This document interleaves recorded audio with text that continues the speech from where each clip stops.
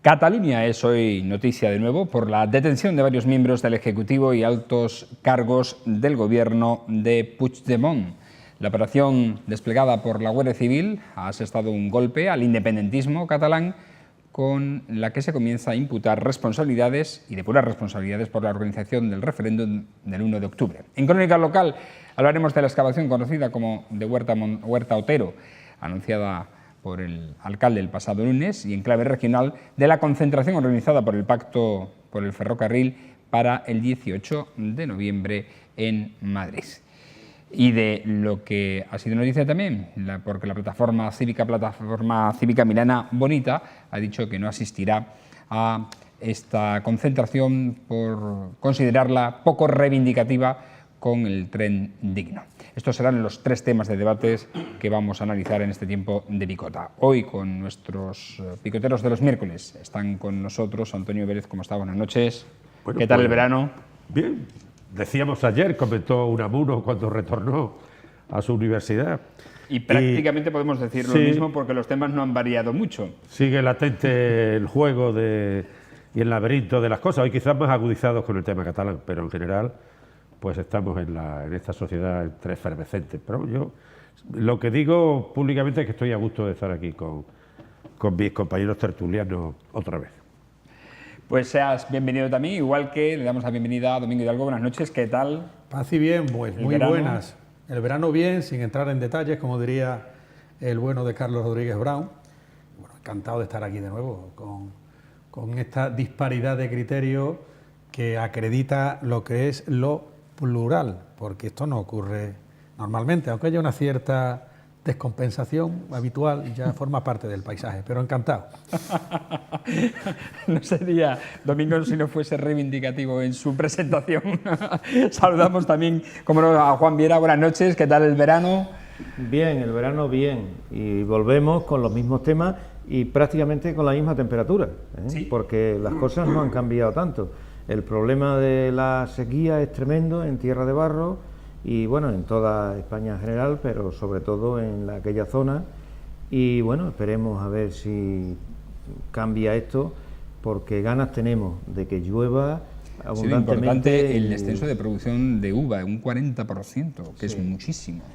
Afecta a los productores, agricultores y a los jornaleros, que lógicamente pues, claro, tienen menos días de trabajo y menos ingresos familiares, claro. Ciertamente. Bueno, pues vamos a comenzar ya hablando de arqueología, porque el alcalde de Mérida ha anunciado la excavación de la Huerta de Otero con cargo a los fondos DUSI en 2018. El gobierno de Antonio Rodríguez Osuna ha encargado al Instituto de Arqueología un proyecto de excavación, investigación y adecuación de este espacio. Y lo ha anunciado en la inauguración del primer día Maximiliano Macías, que esta institución ha organizado con el objetivo de reconocer la figura de este arqueólogo emeritense que fue clave en la recuperación y puesta en valor del yacimiento arqueológico de Mérida. El Instituto Arqueológico es un órgano adscrito a la Secretaría General de Ciencia, Tecnología e Innovación de la Junta de Extremadura. Por cierto, vamos por parte. Antonio, supongo que estarás de acuerdo con que se celebre este homenaje al reconocimiento a este arqueólogo emeritense. Sí, pero yo no quiero que se eludan dos gigantes de aquel momento, que son José Ramón Mélida y Álvaro Figueroa, conde de Romanones, porque si Romanones no les tuerce el brazo a los pachecos, las zonas cercanas al Teatro Romano no se venden, con lo cual igual estaba edificado como el Teatro Romano de Cartagena de Cádiz. Es decir, a mí me parece muy bien, y el trabajo de mi amigo Pepe Caballero me parece excepcional, pero yo no sé por qué hay cierta obsesión con desligar el gran elemento político que en aquel momento una persona de la grandeza de Ramón Mélida, pintado por Pinazo y por Sorellas, es un gigante con una gran influencia política y es el determinante. Entendamos que Maximiliano Macías es un ecónomo interior, tiene una presencia muy inmediata, tiene la logística de la acción y el juego de las cuentas, pero no olvidemos a esos dos gigantes, que son José Ramón Mélida y Álvaro Figueroa, conde de Romanones. Sí, esto es ministro liberal, entonces en aquel gobierno no se... Y sobre el tema de la excavación, Antonio, tú que precisamente has demandado en muchas ocasiones aquí en este programa el hecho de que se realizan actuaciones de este tipo en lugares de Mérida, ¿qué te parece? Pues yo me alegro muchísimo, y en la medida en que podamos haber sido incisivos en esa cuestión, pues me alegro mucho, porque efectivamente la Huerta de Otero es un retazo de espacio urbano muy importante junto al río, todo el conjunto, Alcazaba, la zona de Morerías, eso es un tapiz, mosaicos, figuras, ya sabemos que suscitó aquello por la aparición de una figura, de bronce, un toro y tal. Entonces, todo este tema en Mérida es muy importante. ¿Y por qué? Pues por una evidencia, Mérida es singular. Las tres grandes capitales de la Hispania romana, en la división de Augusto, eran Córdoba, de la Bética, Tarragona, de la Tarraconense, y Mérida, de la Lusitania.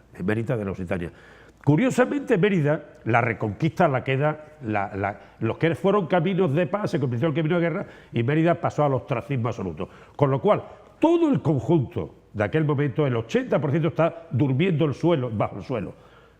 De forma que el potencial sobre el que Mérida ofrece futuro es singularmente propio. No hay otra ciudad en toda la Hispania que tenga la muestra. Hay retazos. Córdoba, pues una ciudad que creció y prácticamente fagocitó al suelo. Tarragona, tres cuartos de lo mismo. Cartagena igual, Cádiz. Pero las grandes ciudades siguieron su ritmo de crecimiento y machacaron el subsuelo. Decía Larra cuando pasó, en 1834-35, Mérida es un niño dormido en los brazos de un gigante. Hablaba de la gran osamenta pétrea.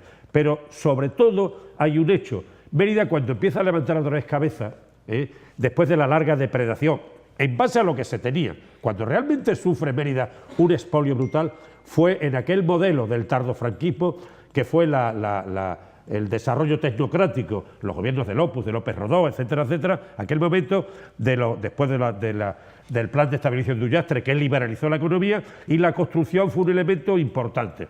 ¿Qué pasó en Mérida? En Mérida se construyó fundamentalmente, a no tener un ritmo de crecimiento muy alto, no hubo zonas de ensanche, sino se construyó sobre el viejo tejido urbano. Se hicieron normas de ensanche y se empezó a crecer sobre los propios redes de alcantarillado, de agua, etcétera, etcétera. Entonces, hubo expolio clarísimo, porque incluso el periódico oficial de la época, era el Hoy Aquí, decía, aplicaba o relacionaba crecimiento con verticalidad, y se ven los grandes edificios que se hicieron asentando sus cimientos sobre el legado romano. Entonces fue tan brutal la nocturnidad, la alevosía y la depredación de los restos de Mérida, que posiblemente hay más restos en los vertederos de Guadiana y en la vieja papelera, donde está la feria y todo eso, que en el museo. Es muy probable, y aquello alguna vez tal vez se arqué. ¿Por qué? Porque se metían bulldozers por la noche, la construcción era un negocio y punto y final. Y aquel fue un momento tan terrible que el ministerio, porque aquí, claro, la acción de los responsables, de los arqueólogos de la época, pues ante las autoridades se apoyaban ese juego, estaban aminorados, disminuidos. Y entonces el ministerio tuvo que arbitrar, el Estado tuvo que arbitrar la ley, el decreto, con rango de ley, de la declaración de Mérida como conjunto histórico arqueológico, año 1973, y ahí empezó a cambiar la historia. Hoy, lamentablemente, estamos en una situación no similar, pero preocupante. ¿Por qué? Porque el avance de hostelería, de otras cuestiones, del propio crecimiento urbano en el centro, está provocando también un cierto descuido, sobre todo porque el potencial económico para entrar en expropiaciones por parte de la autoridad que tiene transferido el conjunto de Mérida, que es la Junta, se encuentra limitado de recursos. En consecuencia, hay que alertar de un hecho, que hay peligro del yacimiento arqueológico, el que está enterrado, y que hay que aflorar, porque ese es el mejor garante, el mejor pilar para el futuro de Mérida, el más singular. Nadie tiene lo que tiene Mérida. Por tanto, yo personalmente, creo que todos los ciudadanos que estimamos a esta ciudad nos alegramos de que el ayuntamiento dé ese paso, de que implique fondos de excavaciones y que nosotros sigamos alertando sobre la necesidad de defender el subsuelo emeritense. El subsuelo emeritense, que está todavía preñado, valga la expresión, pleno de piedras, mármoles, estatuas, restos de mosaicos. Muy bien. Domingo, ¿qué opinión tienes sobre esto? Bueno, a mí me parece formidable, centrando la cuestión, en que se esté trabajando en un nuevo yacimiento arqueológico, que en este caso es en la Huerta de Otero, calle Graciano, es decir, pasado ya el Alcazaba árabe. Me parece estupendo. Aquí hemos hablado que estaba eso, parece bastante parado. Me refiero a los yacimientos o iniciar algunos nuevos. Figura de Maximiliano Macías, sin contradecirte a Antonio Alcalde, o Alcalde Antonio, sin contradecirte en modo alguno, yo creo que fueron, Maximiliano Macías y José Ramón Mélida fueron un tándem impresionante. Dicho de otra manera, si aquí no está Maximiliano Macías, José Ramón Mélida no hubiera podido hacer mucho. No digo ya en el caso del conde de Romanones, era el contacto político, era después el erudito, el muy erudito a nivel nacional, que estaba dirigiendo una serie de excavaciones, Sagunto, Mérida, otras, Tarragona muy probablemente, y en otros lugares, si no Itálica, pues me quedaría probablemente corto. Y después el currito, vamos a llamarle el currito, el que estaba a pie de obra, el funcionario municipal depositario, que fue Maximiliano Macías. Yo sigo reivindicando y no me canso de hablar bien del libro Miguel Caballero, se llama Pepe Caballero. Pepe Caballero, siempre le digo Miguel, Pepe Caballero, un gran libro que se encuentra ahora mismo a la venta, libro carísimo, no por nada, sino porque es un volumen espectacular, que se encuentra a la venta en la oficina de información de ahí del Teatro Romano.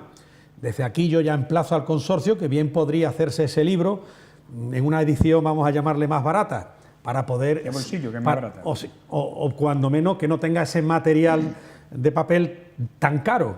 Es decir, hacerlo más factible, que no sea el típico libro que se le regala a una autoridad cuando viene, sino que sea un libro que cualquier emeritense o turista pueda decir, lo compro, porque tenga un precio al que pueda acceder, porque es un libraco, pero el contenido yo recomiendo su lectura, no me cansaré. Después, también yo ya desde aquí, con estas primeras jornadas o jornada que ha habido sobre Maximiliano Macías, yo desde aquí apelo al consorcio para, si ha habido unas ponencias, esas ponencias se publiquen, esas ponencias se vuelquen, como se diga, o se cuelguen de alguna página web del consorcio, de quien sea. Es decir, que esto no sea para 4 elegidos, sino para el que quiera acceder a ello.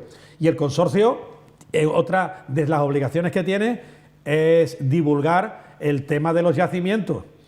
También que si se va a hacer un yacimiento, que se haga un seguimiento popular. Yo no digo con esto que haya un comité popular, no, sino que se publicite. Hay una revista del consorcio, creo que es mensual o bimensual, que a mí me gustaría verla como antes,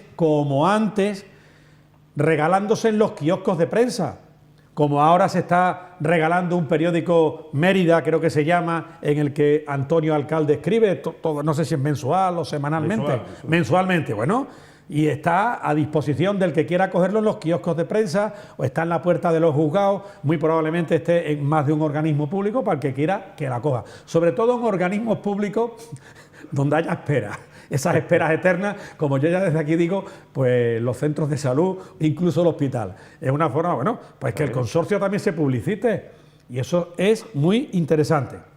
Y después desde aquí denunciar, tú has dicho antes, tema de hostelería, alcalde Antonio, en que la hostelería o los negocios de hostelería están un poco ahora dando lugar cuasi a que se repita lo que ocurrió antaño, que era que tapar los yacimientos y los monumentos para seguir adelante. Hombre, yo desde aquí denuncio, desde ya, es algo...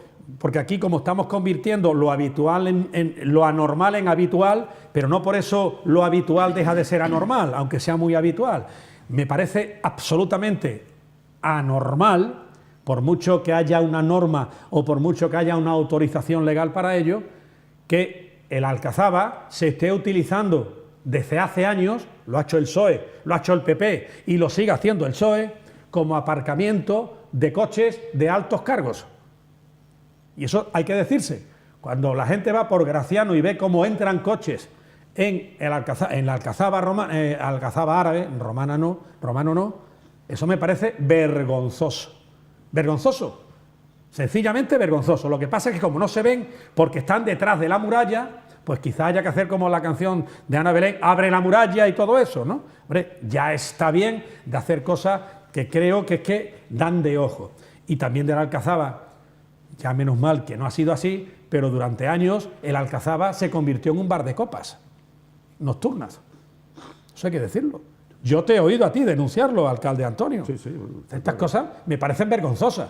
Es como si ahora se pone aparcamientos en la entrada del Teatro Romano para que vayan los altos cargos y puedan aparcar justo detrás del escenario, y que en el peristilo, por detrás del Teatro Romano, se ponga un bar de copas o un restaurante, porque a alguien le da por eso.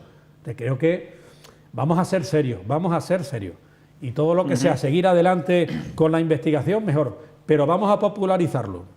Vamos a hablar ahora del ferrocarril, porque hemos conocido que la plataforma ciudadana Milana Bonita, que ha protagonizado varias protestas para reivindicar un tren digno en la región, no está de acuerdo con el planteamiento de la concentración que se celebrará en Madrid el 18 de noviembre. Este colectivo considera insuficiente la protesta convocada por el Pacto Social y Político por el Ferrocarril de Extremadura. Por este motivo, no descarta realizar sus propias acciones reivindicativas. El pasado día 16 ya anunció que participaría en la concentración si la ciudadanía extremeña ocupa la cabecera de la misma y los políticos van detrás. El acto previsto en Madrid consiste en una jornada lúdica y cultural que se llevará a cabo en la Plaza de España el 18 de noviembre entre las 10 y las 2 de la tarde, 10 de la mañana y 2 de la tarde. En su opinión, Extremadura, en la opinión queremos decir de la plataforma ciudadana Milana Bonita, lleva décadas sufriendo unas conexiones ferroviarias pésimas que se han ido acortando a lo largo del tiempo. Por eso que la protesta, dice, sea quedar en Madrid para hacer juegos, escuchar música y rapsodas, no pasa de ser una protesta descafeinada. Como decimos, es lo que señala esta plataforma, que considera que la protesta debe ser más activa sin ser irrespetuosa, violenta o molesta. Por ello piden al Pacto por el Ferrocarril que piensen un poco más y que sean más creativos.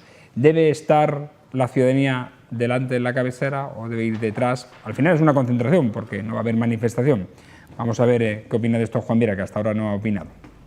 Bueno, yo respecto a lo anterior estoy totalmente de acuerdo con lo que comentan ellos, porque poco puedo aportar yo en el asunto de la huerta de Otero, pero indudablemente estoy de acuerdo con la reivindicación que hacen tanto Antonio como Domingo sobre el hecho de revitalizar la difusión cultural de todas las actividades relacionadas con el patrimonio histórico-artístico de Mérida y promover y llevar a cabo pues, la investigación de los yacimientos, etcétera, etcétera, ¿no?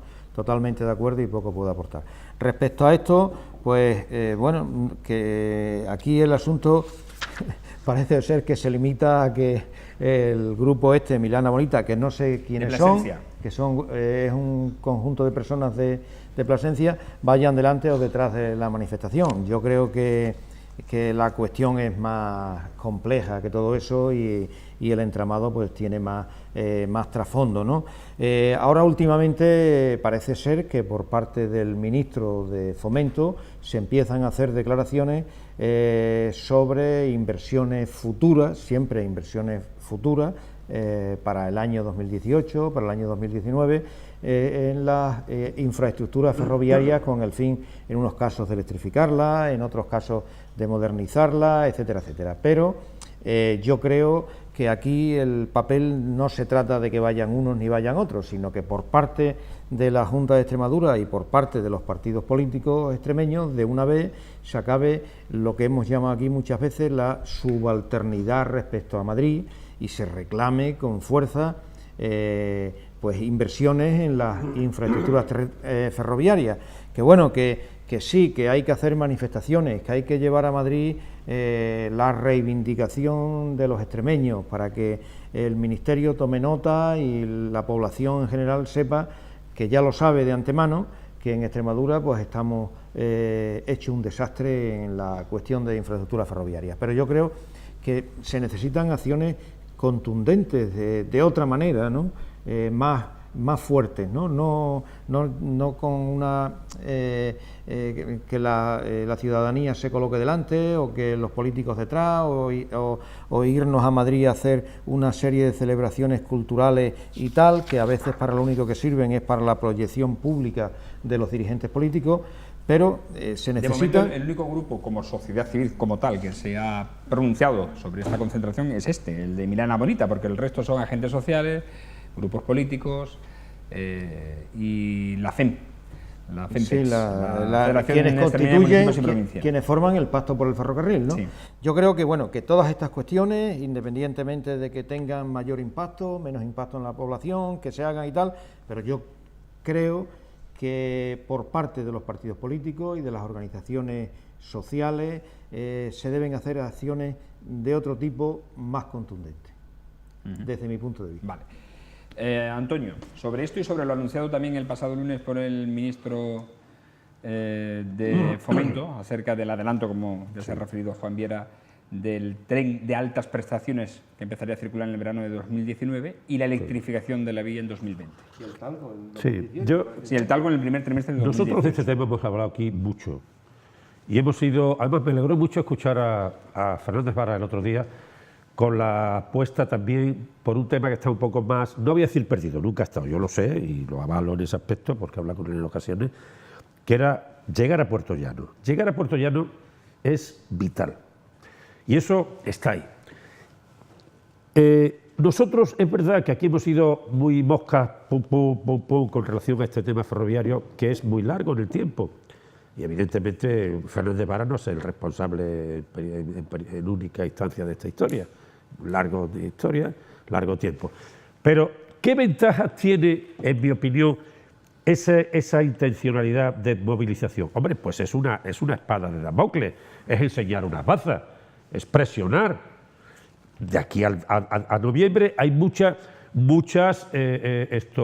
posibilidades de opinar, de crear marañas de ideas, tormentas de ideas, propuestas concretas, alternativas.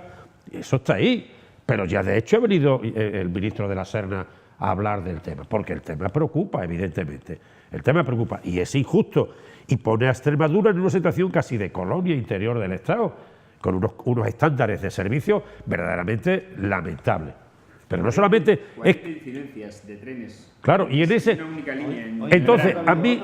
Ayer o hoy había otra incidencia. A mí, sinceramente, lo de... con todo mi respeto, bien lo sabe Dios, lo del grupo Milana Bonita, entrar ahí en cejar protagonismo, a mí me parece absurdo, porque independientemente que haya errores políticos, arrepentidos los quiere Dios. Y retomar ese tema, es decir, el tiempo pasado, ¿quién nos lo devuelve? Como decía Proust, busca el tiempo perdido, pero ya está perdido. Yo creo que ahí, yo siempre he mantenido una teoría. Ibarra tuvo en su mano este tema. Yo a Ibarra le haría una estatua, merece una estatua en Mérida porque ordenó una geopolítica territorial con la capital lógica en la historia.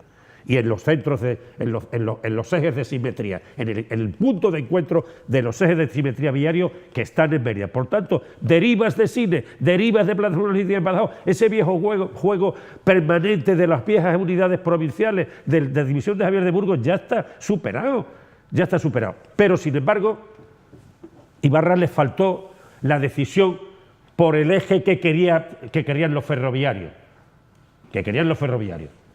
Todos los ferroviarios, los ingenieros de la Caracola de Madrid, de Chamartín, y Manuel Díaz Marta, Manuel Santa Cruz, todos, que era el eje Lisboa-Valencia. El gran eje diametral de la península, el único gran eje. No hay otro eje diametral como el que va de Lisboa por Badajoz, Mérida, La Serena, la Siberia, donde vaya hasta Brazatortas, donde enlazaba con el AVE, hasta Alcázar de San Juan para enlazar en Valencia, Alborchón, que tiene de Alborchón a Córdoba hay 130 kilómetros, y de Sevilla, que a Mérida no se puede tardar lo que se tarda, porque hay que enlazar en el conjunto de la península, en el conjunto de la península, y en el conjunto también de la logística de los puertos, que los grandes puertos son Algeciras y Valencia. Con lo cual, ahí faltó una decisión poderosa. Renfe quería ese eje, y los portugueses también, porque los portugueses tenían un problema, que era el entroncamiento, la Y, con Oporto, entroncamiento, porque para venir aquí y no tener ese corredor que le lleva al eje mediterráneo a Córdoba, porque de Alborchón a Córdoba hay 130 kilómetros. de Cabeza del Buey a Córdoba en una línea que está trazada, salvo unos kilómetros que se liquidaron cuando la subida al Muriano, la renovación de aquella carretera de salida de Córdoba. 130 kilómetros. Pero de Córdoba a Málaga hay AVE por el Valle del Guadalhorce y tarda 40 minutos. Quiere decirse que se podía llegar al centro de Málaga, a Málaga ciudad desde Mérida, desde el punto central de la región, en 2 horas y media. O sea, esto es revolucionario. Y a los portugueses les interesa venir a Mérida para Sevilla, por si no tienen que ir por Faro, que eso es imposible. Y en Alborchón llegar a Córdoba al conjunto del sur. Y en Brazatorta a Madrid y en Alcázar de San Juan a Valencia.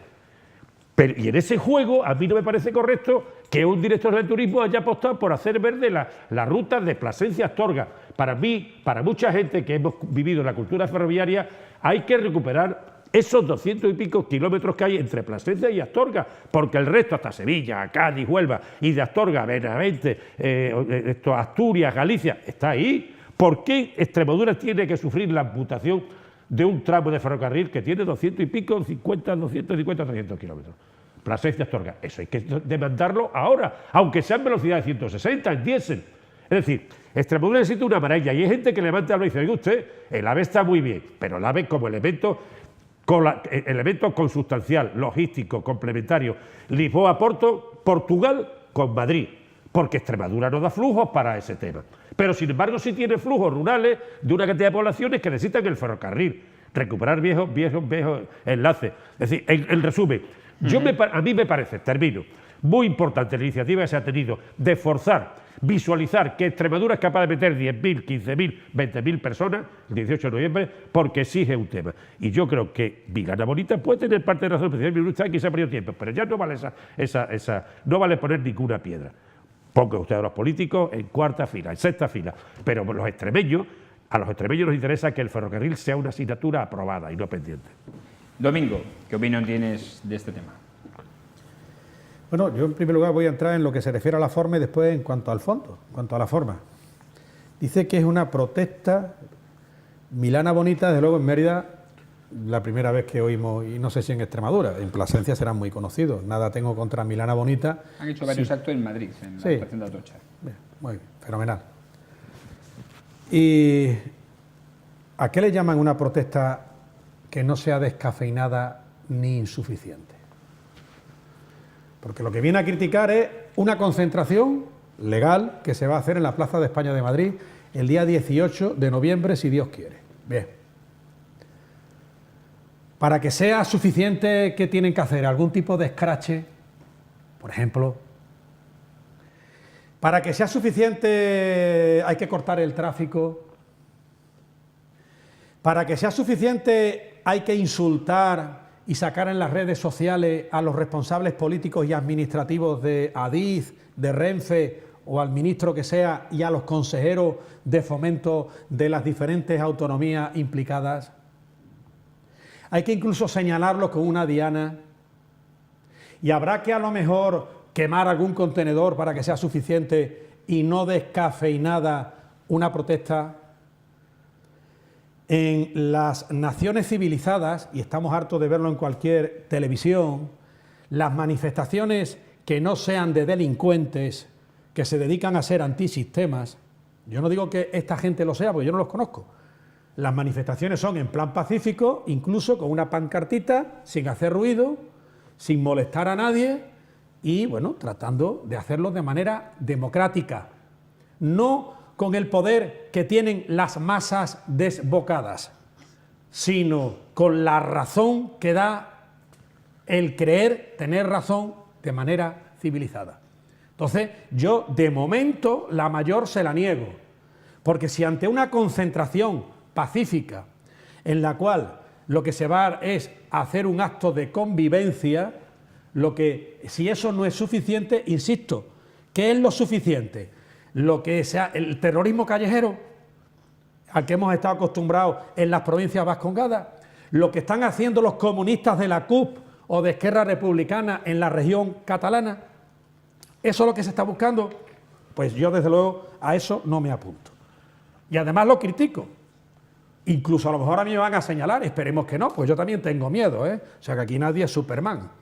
Y el miedo puede con todo. y los que estamos echados para adelante a lo mejor tenemos que dar un paso atrás, salvo que la fuerza de la ley que la tiene precisamente el Estado de Derecho se imponga sobre los delincuentes y no al contrario. Bien, ahora vamos al tema del ferrocarril, tan hablado, tan manido. Esto ya es un tema que llevamos más de 30 años con esta película, ¿eh? Toda la democracia y ya está exactamente igual que al final del franquismo, porque no nos engañemos, las vías ferroviarias en la región extremeña es como cuando uno va a un restaurante o a un hostal, el cual no tiene ya cuarto de baño incluido en la habitación ni aire acondicionado. Nadie va a una pensión de ese tipo. Ya tiene que ser, va el que no puede ir a otro sitio. Entonces, la red ferroviaria en Extremadura es la que hay. Pero aquí tenemos culpa todas las administraciones. Y ahora yo me pregunto, ¿realmente ante la realidad de unos servicios ferroviarios infradotados, cómo se consigue en Extremadura una rentabilidad social al ferrocarril? Y estoy con Antonio Alcalde.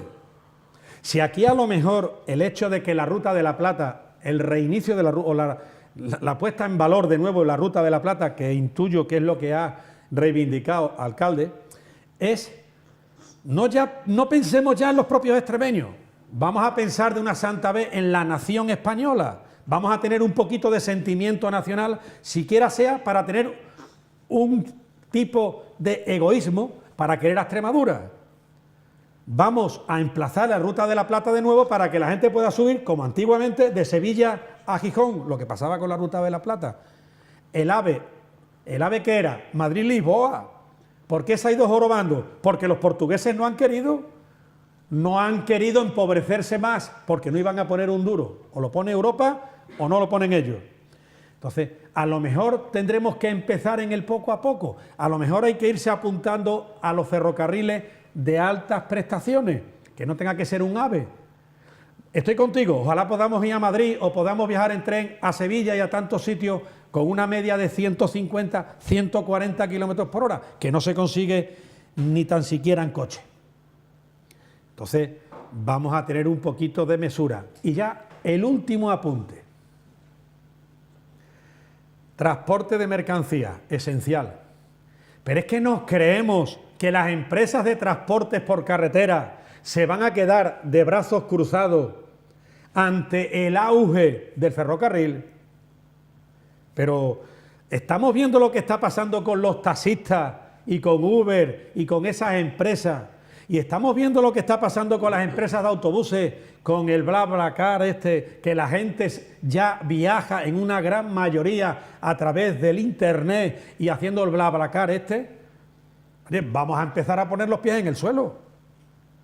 Porque aquí cualquiera monta una plataforma que inmediatamente se autotitula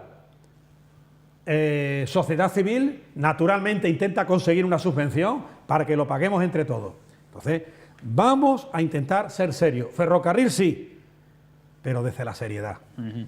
Una segunda ronda muy rápida, a ver. Sí, Juan. Vamos a ver. Yo creo que la situación extremeña en la cuestión de los ferrocarriles es un problema de desequilibrio territorial.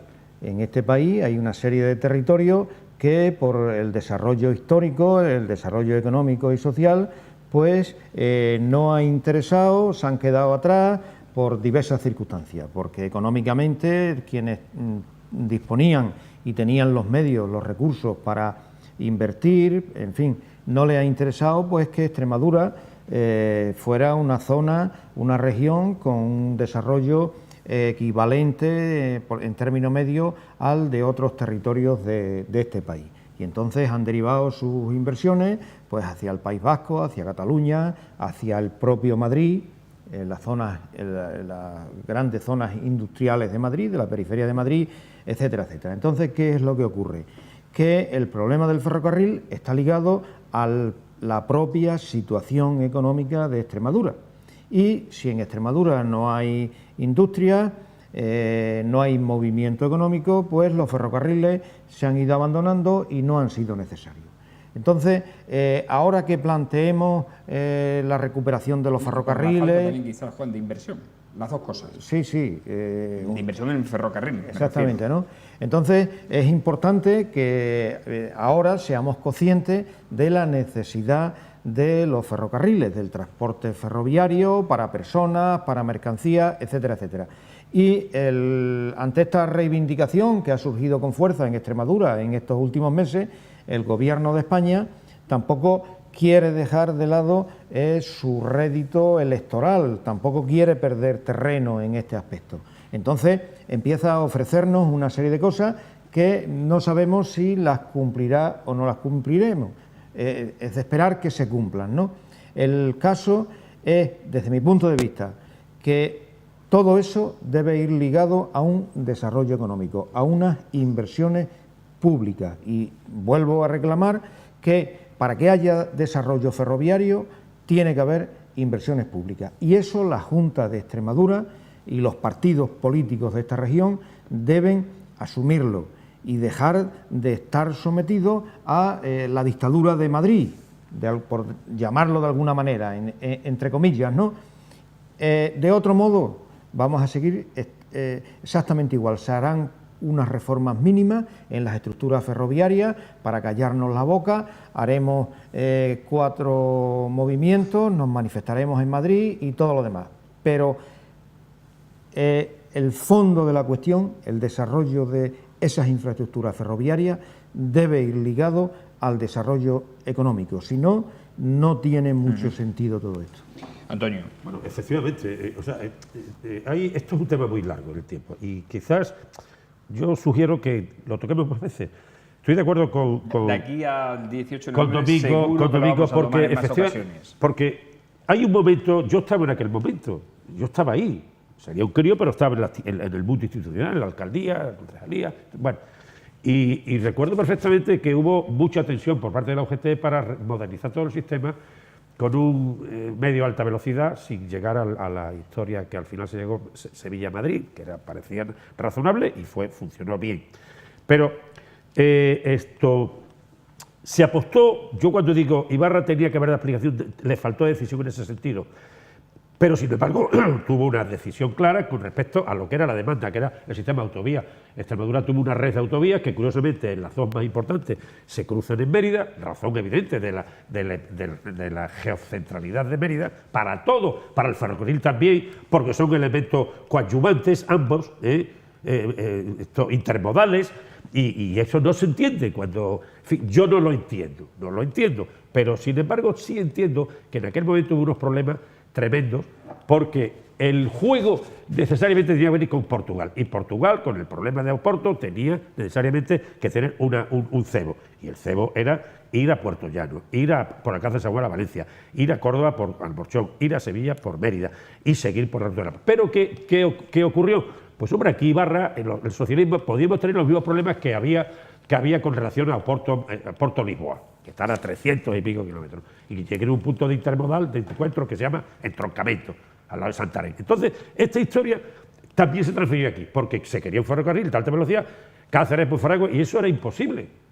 Eso era imposible, porque eso no lo querían los portugueses. Y eso lo atestiguan gente que doy nombre: Carlos Escribano, que fue director de Adif, cuñado del Marqués de Monteja, Carlos Escribano, Fernando Escudero, Manuel Santa Cruz, Manuel Díaz Marta, el viejo senador de Toledo, republicano, que fue, en fin, que habló de este tema muchas veces, y la propia Mercedes Sala, en los ministerios de Julián Campos, de Barón, cuando en aquel momento yo iba mucho a la dirección de la infraestructura de transporte que estaba en la plaza de Sagrados Corazones, al lado del Bernabéu, iba a las Caracolas con los pasos a nivel y conocía esos temas. Y a mí me dijo una vez Mercedes Sala: ¿cómo se le ocurre a tu presidente ese eje a Madrid por él? Porque ¿cuál es la solución en mi humilde opinión? Y lo he dicho y lo he escrito en algunos momentos.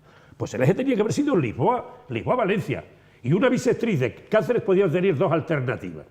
Una, enlazando por Viajada a Villanueva de la Serena, un bypass para lanzar esa línea, o potenciar por Plasencia, Talavera, Toledo, la vía de la Plata y la variante por Navalmoral a Madrid. Con lo cual hemos tenido dos redes. Pero el gran eje diametral que querían los ingenieros de Renfe era el Lisboa-Valencia, porque ese era el que creaba el gran eje diametral que rompía y que justificaba que los portugueses entraran por el aro de un elemento de mucha más funcionalidad que el estricto de ir por Badajoz, Mérida, Cáceres, Plasencia, Madrid, Y ese elemento que en Brazatoza resolvía ya con el trazado del AVE era el que daba a la península un eje diametral, iba a decir una palabra que no lo digo, impresionante.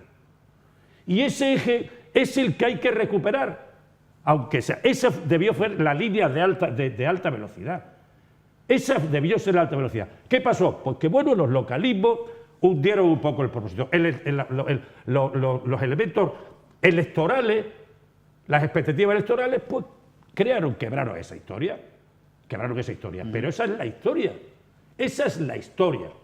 Y habla alguien que se ha criado entre ferroviarios, en una ciudad que ha sido ferroviaria, que no entiende que el viejo cocherón se sustituye ahora en Badajoz, con todo mi respeto a Badajoz, que es capital provincial, igual que Cáceres, pero Mérida es la capital autonómica. Y el eje de encuentro de los ejes de simetría viario de la región, de autovía y de ferrocarril. Y saca un taller, muy bien, está muy bien, pero ¿y eso qué resuelve?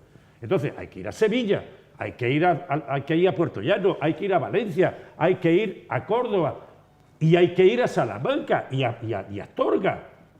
Ese es el conjunto, en medias o altas velocidades, pero eso es el tiempo que bien decía Domingo que se ha perdido. Bueno, al menos el avance de la línea a la que tú te referías ya se ha hecho y se va a invertir al parecer en ella. Cuando yo digo de una bisectriz que hubiera permitido que Cáceres, que obsesivamente jugaba su baza, y lo entiendo, pero un día lo que ha dicho Domingo del conjunto, porque como el Estado de Autonomía siga por el ritmo que va, el concepto jacobino del Estado se va a ir a hacer puñetas. Y en eso estoy de acuerdo con él. ¿Por qué? Pues porque interesa la inmensa mayoría. Y Cáceres ahí jugó, obviamente, bien en sus intereses. También estaba mal porque había perdido la línea de Valencia de Alcántara, igual que perdimos el resto, la conexión con el Cantábrico, injustamente, por una decisión de un gobierno socialista, lo digo abiertamente. Igual que los gobiernos socialistas lucharon por generar infraestructuras como la red de autovías de Extremadura, que es fantástica, y las redes regionales y provinciales, fantásticas. Fantásticas, mejor que en muchas regiones más ricas. Pero, sin embargo, el ferrocarril sigue teniendo un lastre tremendo de concepción, de análisis de las rutas, de los trazados, tremendamente negativo para la toma de decisiones.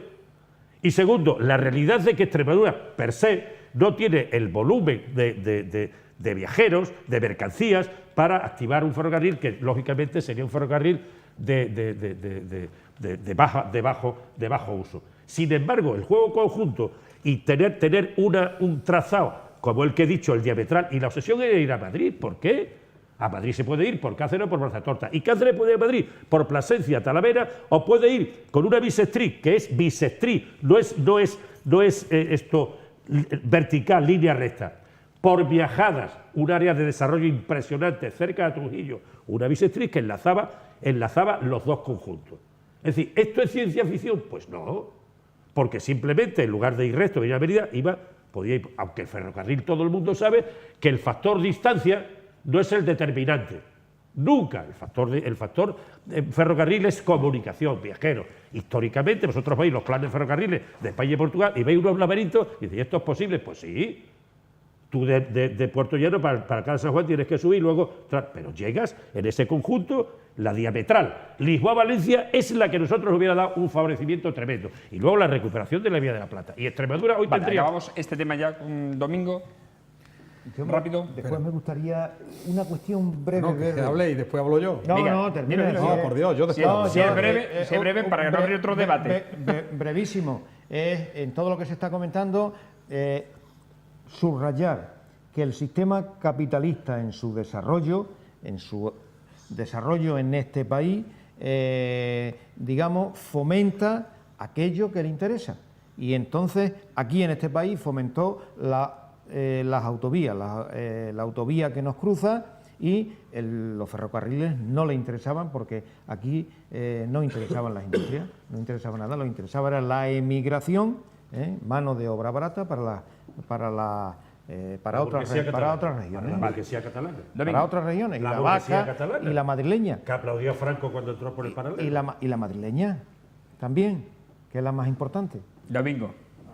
Yo insisto en que si buscamos culpables, aquí entre todos la mataron y ella solo se murió. Y eso me hace concluir así porque después el tiempo que da y quita razones, ahí está. Llevamos ya más de 40 años con esta película, y la película sigue. Esto no termina, esto es una noria, y venga, hay otra vuelta, hay otra vuelta. Porque claro, yo hago una pequeña observación. Todos los que ahora están reivindicando, y por supuesto no me refiero a Antonio Alcalde, a quien te honra lo que has dicho, que el PSOE fue el que cerró determinadas vías, probablemente lo veo muy necesario, o sea, yo no le veo mala intencionalidad, pero claro, hay que destacar siempre el silencio de los corderos. Manifestación en Madrid o concentración en Madrid, pero muchos de estos, en los 8 años de Rodríguez Zapatero, guardaron silencios como corderos. Casualmente, ahora sí, que lo hagan. La libertad de expresión y de manifestación y de concentración, ahí está, ¿no? Que se ha hecho todo y se hace todo y se sigue haciendo todo en clave electoral. ¿Qué estamos descubriendo? ¿Qué estamos descubriendo? Si aquí tenemos una partito sindicatocracia que no mira ni tan siquiera para un medio plazo de 10 años, si aquí se mira para ver qué hacemos dentro de 3 meses y el que venga atrás carré, nada más que hay que ver cómo está la deuda pública. Pero yo propongo lo siguiente, ¿por qué no intentamos hacer con el ferrocarril, dado que estamos con unas infraestructuras de hace 70 años o 60, ¿por qué no hacemos como se ha hecho en carreteras? ¿Sería ideal que en las carreteras, de todas las carreteras de la región extremeña, fuesen todas autovías? Benditos a Dios, ojalá.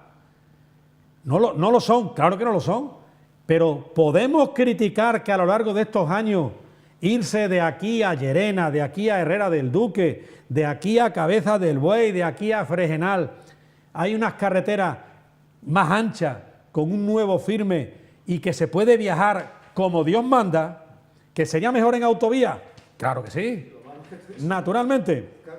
Pero bueno, tendremos que empezar con que el firme, es decir, las propias vías de ferrocarril, no obliguen a que los trenes tengan que coger tramos que vayan a 20 kilómetros por hora. Claro. Vamos a empezar con el primer ladrillo, después ya terminaremos el edificio.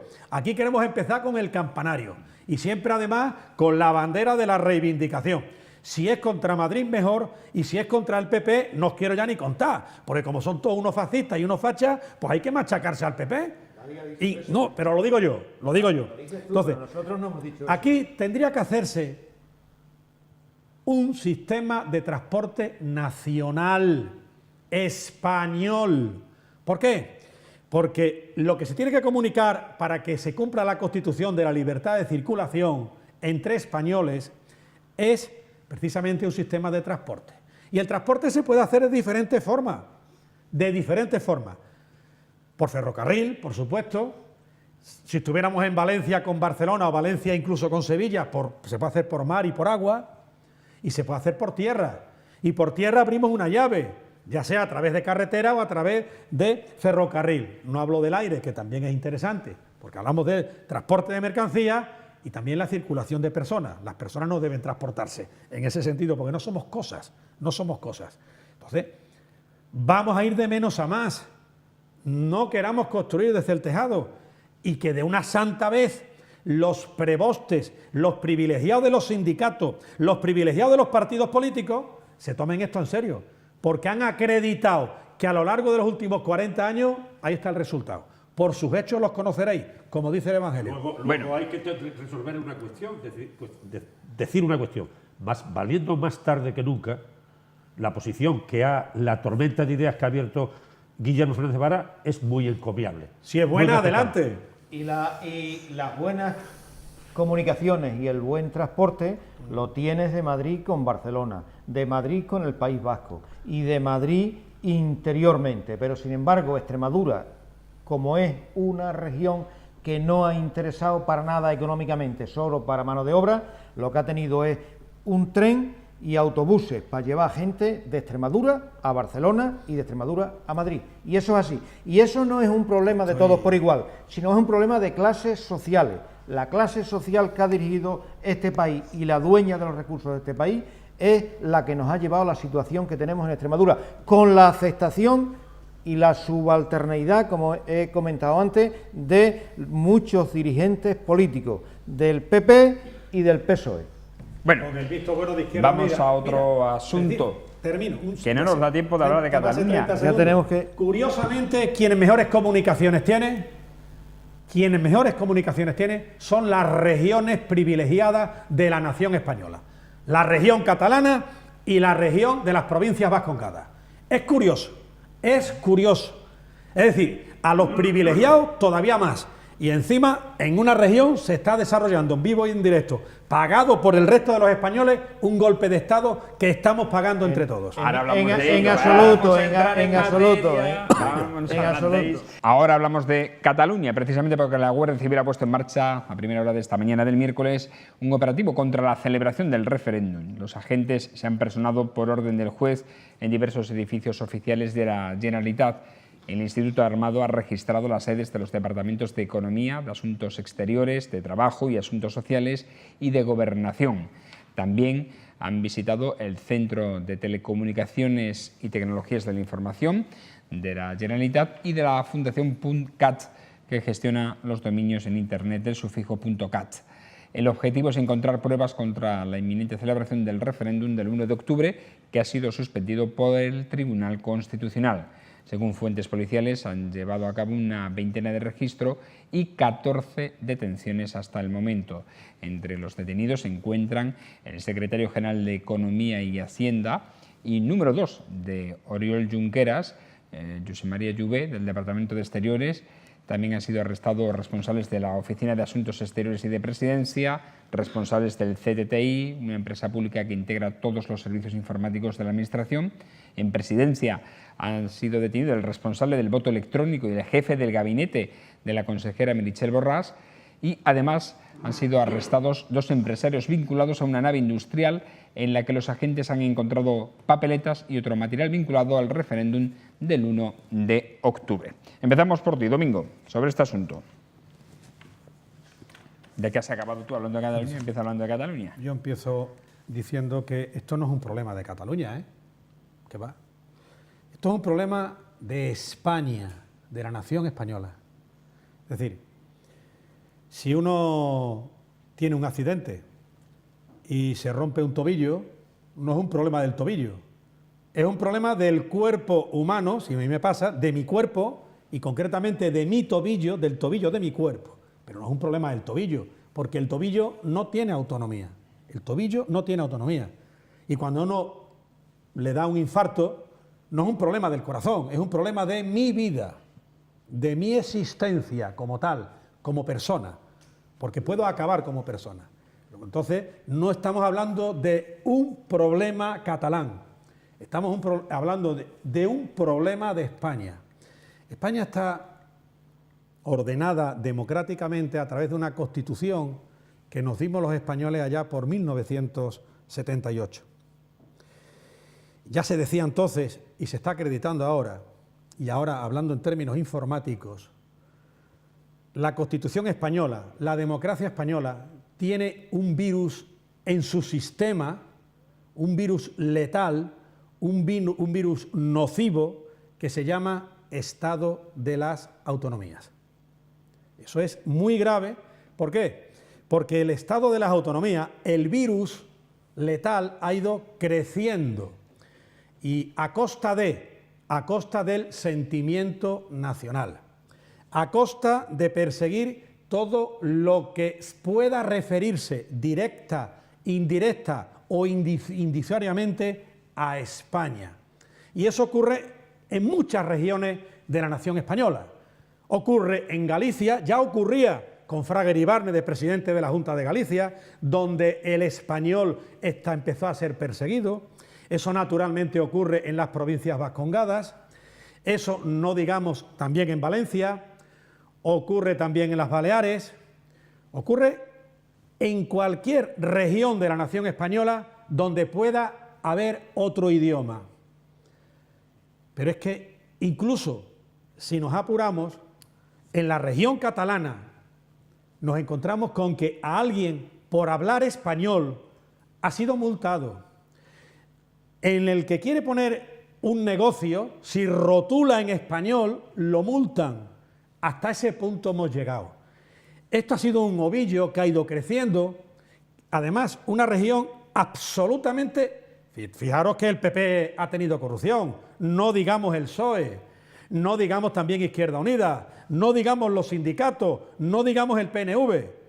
Pero hombre, donde está la mayor corrupción de Europa, pasando por la nacional, es en la región catalana.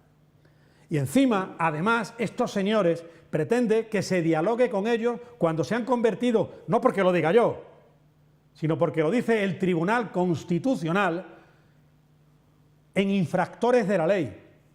Y aquí yo simplemente, yo aprobaría que se dialogara con estos delincuentes siempre y cuando se dialogase también con los autores de violencia de género o con los violadores.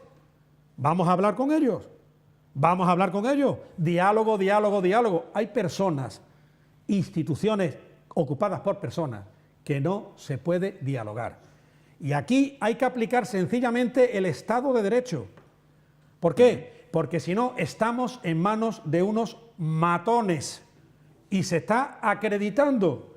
Entonces yo a lo que únicamente apelo es que se aplique la ley, la fuerza de la ley. ¿Por quiénes? ¿Por quiénes? ¿Quiénes la están incentivando? Fiscalía General del Estado, Tribunal Constitucional, que no forma parte del Poder Judicial. Estos registros a los que tú has aludido, mi buen moderador, lo ha ordenado un juez de instrucción. Esto no lo ha ordenado el gobierno. Lo fácil hubiese sido que el gobierno... No.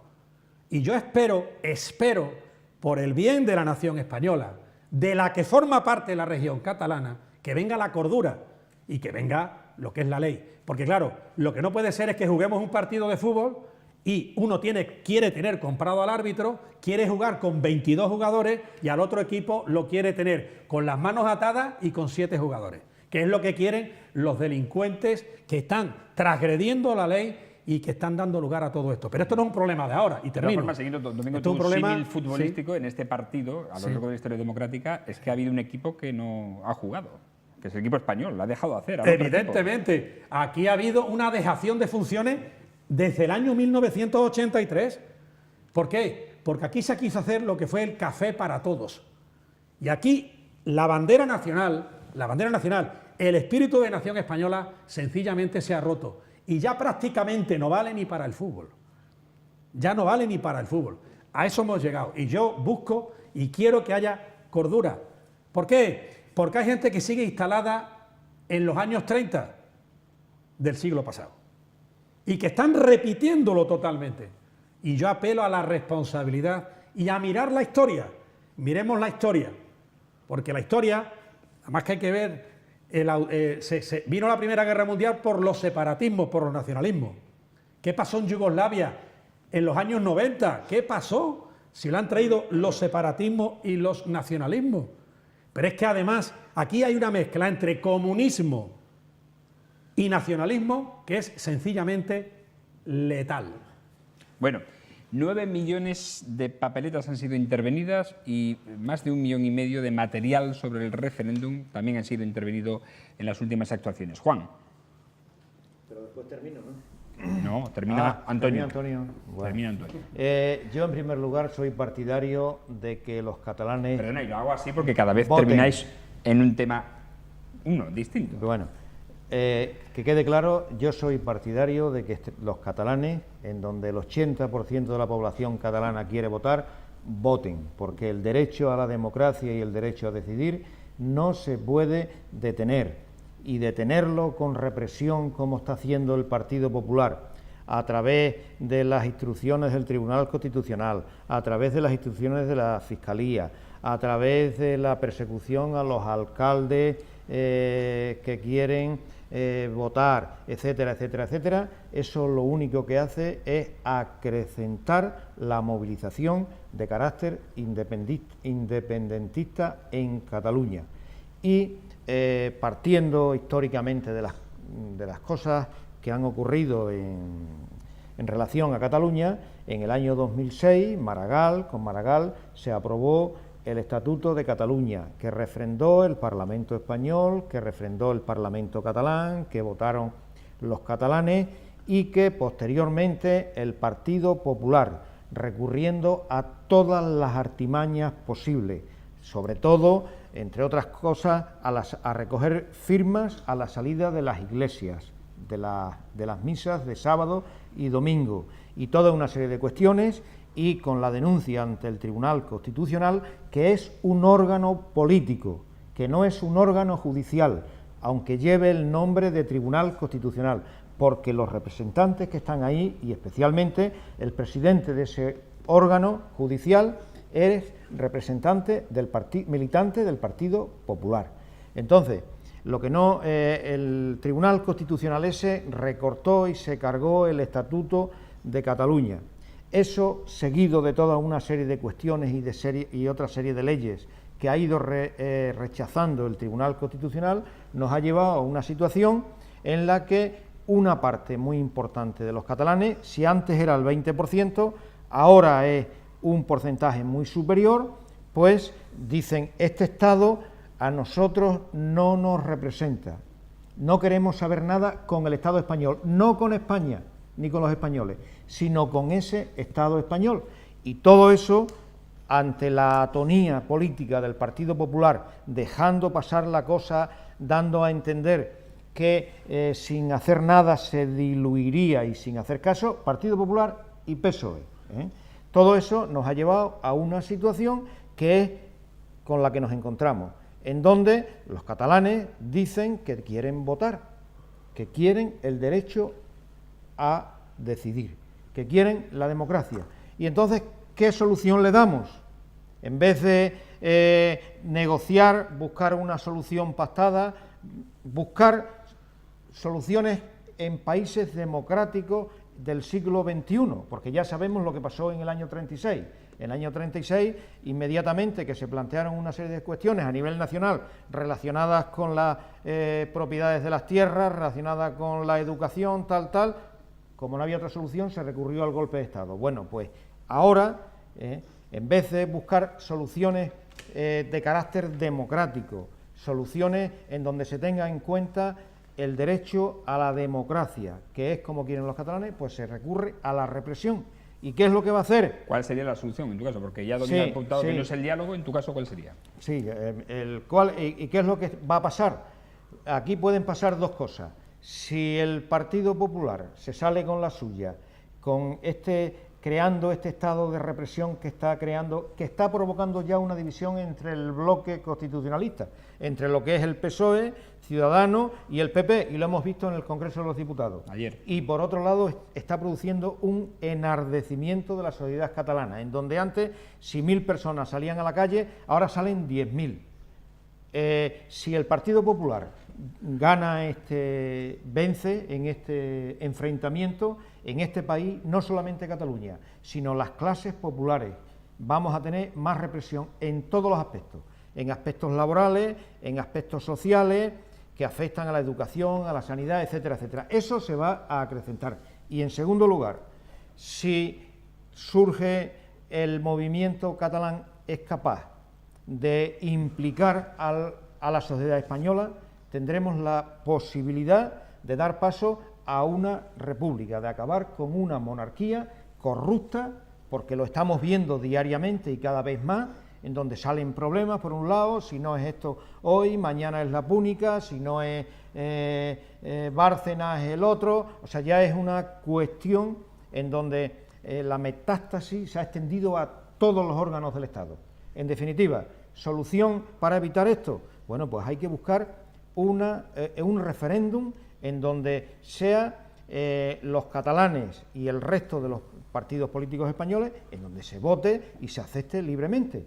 Yo, desde mi punto de vista ideológico, y como yo, muchas personas, pues estamos por una república federal en donde cabe Cataluña y caben toda una serie de pueblos, territorios de España que tienen una idiosincrasia y una diversidad cultural diferente.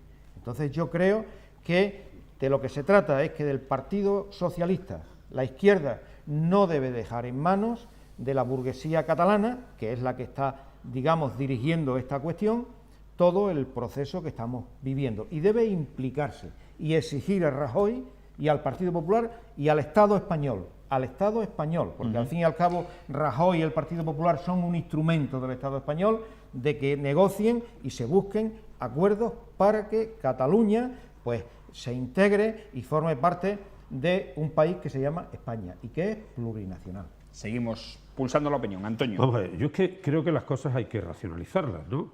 O sea, no se trata, querido Juan, de echar un mitin desde una perspectiva leninista. Yo he escúchame. echado un mitin, lo vale. mismo que lo ha echado Domingo y lo mismo que lo puedes echar no, tú, yo no voy a Antonio. echar un mitin. Yo voy a analizar ya cuestiones está. A ver, objetivas. aquí cada uno echa Cuestiones mitin como objetivas, sí, pero es que una cosa es lo que tú quieres y otra cosa es lo que realmente está sobre la mesa. que está sobre la Y el mesa. procedimiento administrativo es el garante del Estado de Derecho. Y el Estado de Derecho es el garante de la democracia. Y aquí se ha aprovechado una situación de ventajismo, la crisis, una serie de cuestiones, España nos roba, para decir, me voy. No, yo vuelvo a Josep Fontana, las autonomías, las independencias se ganan en la guerra. Y entonces dijo Guerra no hace mucho, hace unos meses, hay que aplicar el 155 de la Constitución, suspender la autonomía, porque están jugando de forma, aunque tú lo veas como el que se puso en la Plaza Tiananmen delante del tanque con una rosa, con una flor, el tanque se lo llevó por delante. Eso Con lo es- cual, bueno, déjame. así lo estáis viendo Déjame. vosotros, No, yo no lo estoy viendo así porque que yo os no va a soy, arrastrar- yo no soy ni un facha ni un revolucionario, soy una persona normal igual que y que soy está yo. y que está y que Igual se que lo soy siente yo. se siente entristecido por algo que es injusto, descabellado, irracional. Que una izquierda en Cataluña plantee la deriva desde los hermanos andaluces, extremeños o manchegos es vergonzoso. Y efectivamente hay que conocer la historia de este país y cómo se han producido los hechos en ciertos momentos. Y hay dos elementos claves en este momento. Uno es en que se quería consumar un procedimiento que fuera por Internet para declarar la independencia y el Estado republicano, como hizo Company en el año 34. ¿no? Dentro del Estado Bien. español. No, pero el Estado español tiene una constitución, un sistema. Y sí. hay tres cuestiones. Una, el pasaje horrible del Parlamento, horrible, más cercano a un golpe de bananero de Kenia o de Tanzania, y luego dos evidencias. Una, que en la diada no tuvo la gente que tuvo otros años, porque la gente ya empieza a estar harta en Cataluña. Y dos, que hay unas encuestas que dicen claramente que el bloque independentista de la presencia parlamentaria, no de los votos que tiene hoy menos, baja de forma fuerte. Y eso es lo que está procediendo a... Bueno, Convergencia empezó cargándosela más y se la termina ya apuntillando este señor. Y eso es un terrible problema, por muchas razones históricas. Una, el golpe militar de don Miguel Primo de Rivera contra un monarca corrupto que era Alfonso XIII, que estaba más interesado por asuntos privados que por los públicos, incluso con sociedades que vendían armas a los rifeños del Atlas, de Haz del CRI. Lo sustanció don Miguel Primo de Rivera con el apoyo intelectual, la iniciativa intelectual de la Lliga de Cambó y Macià, con la burguesía catalana que creía en Iberia, en la Federación Ibérica, como que eran los federalistas de la gloriosa, de la Primera República, en la Federación Ibérica. Y esto es absolutamente inconcebible, que a mí, gente de izquierda, como soy yo, como eres tú, puedan entrar en una tesitura de separatismo de pequeña burguesía a lo Bertolt Brecht, el Arturo Uy, me parece vergonzoso. Y por eso, en primera instancia, es necesaria la autoridad del Estado. Yo soy jacobino y creo en el Estado, porque si no, mañana esto va a ser un desastre. Y consecuentemente con ello hay que establecer la normalidad democrática y civil. Y si hay que meter en la cárcel a alguien, habrá que meterlo en la cárcel, que es lo que quieren ellos, dicho sea de paso. No te rías, eso es no lo te que rías quiere- porque me ofende, eso porque es lo yo que tengo quiere- mucha familia en eso- Barcelona, eso es lo que quiere amo el a partido- Barcelona, amo a eso es Barcelona, lo que quiere el Partido Popular. amo a Eso es lo que quiere Barcelona, el Partido amo a Popular. Cataluña, ha sido la locomotora Eso es lo que intelectual quiere el y Partido económica de Popular. España y no lo puedo admitir esta actitud de xenofobia y de España nos roba, porque nosotros hemos aguantado descajando familias, destrozando familias en el desarrollismo de López Rodó de los años 60, familias enteras, una despoblación brutal. Cuando se firmó el plan de estabilización de Ullastre en el 59, Extremadura tenía 1,5 millones de habitantes y Cataluña 3,5. Hoy Cataluña tiene 7,5 y Extremadura tiene uno envejecido. Y eso hay que analizarlo. Lo provocaron A los mí déjame catalanes o los de terratenientes revolucionarismos extremeños. ridículos que no vienen O al los caso. terratenientes Y termino. extremeños. Venga, hombre, Podría ocurrir Venga. que quien quiere desestabilizar Europa, llámese Rusia, llámese China, llámese quien sea, quienes quieren dominar, Estados Unidos. quien sea, Estados Unidos, pudiera utilizar Cataluña como el movimiento de la fila de dominó que va a caer. Estás dando en la clave, Venga, hombre, en una clave. ¿qué alcalde. sentido tiene esto? Estás ¿Qué sentido dando tiene una esto? clave. ¿Qué sentido tiene esto, Juan Pues, Pierre? hombre, el Y te sentido- lo digo desde la izquierda. ¿Qué sentido tiene esto? Te lo digo, Ninguno. el sentido, el pueblo catalán, Venga, una hombre. parte importante, el 80% de la población catalana, quiere votar y quiere decidir. Y Aquí ha habido un ante juego, eso, aquí ha habido un juego hay dos cuestiones. miserable. Mira, Antonio, hay dos cuestiones. La Legalidad. Convergencia guarda su a lo- 3%, su a corrupción, lo- y Rajoy está a lo guardando que su está- corrupción. A lo que estás diciendo.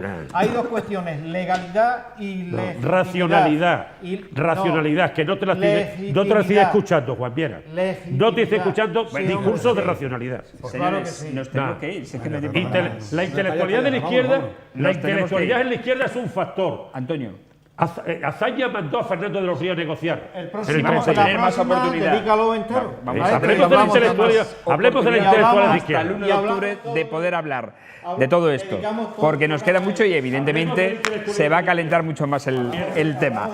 Agradecer como siempre la presencia a Domingo Hidalgo. Paz y bien, muchas Hasta la próxima gracias. semana. Antonio Vélez, hasta la Muy- próxima es semana. un placer, Y a Juan pesar de- Viera, a pesar de hablaremos la más tiempo. discrepancia, es un La próxima, placer. Y para discutir un programa completo sobre el tema este. Venga, lo hacemos entonces. Y a ustedes, emplazarles como siempre a una nueva picota. Será mañana ya jueves, en este espacio, como siempre, en Televisión Extremeña y en las redes sociales donde les esperamos y les informamos cada día. Hasta mañana, que sean felices, buenas noches.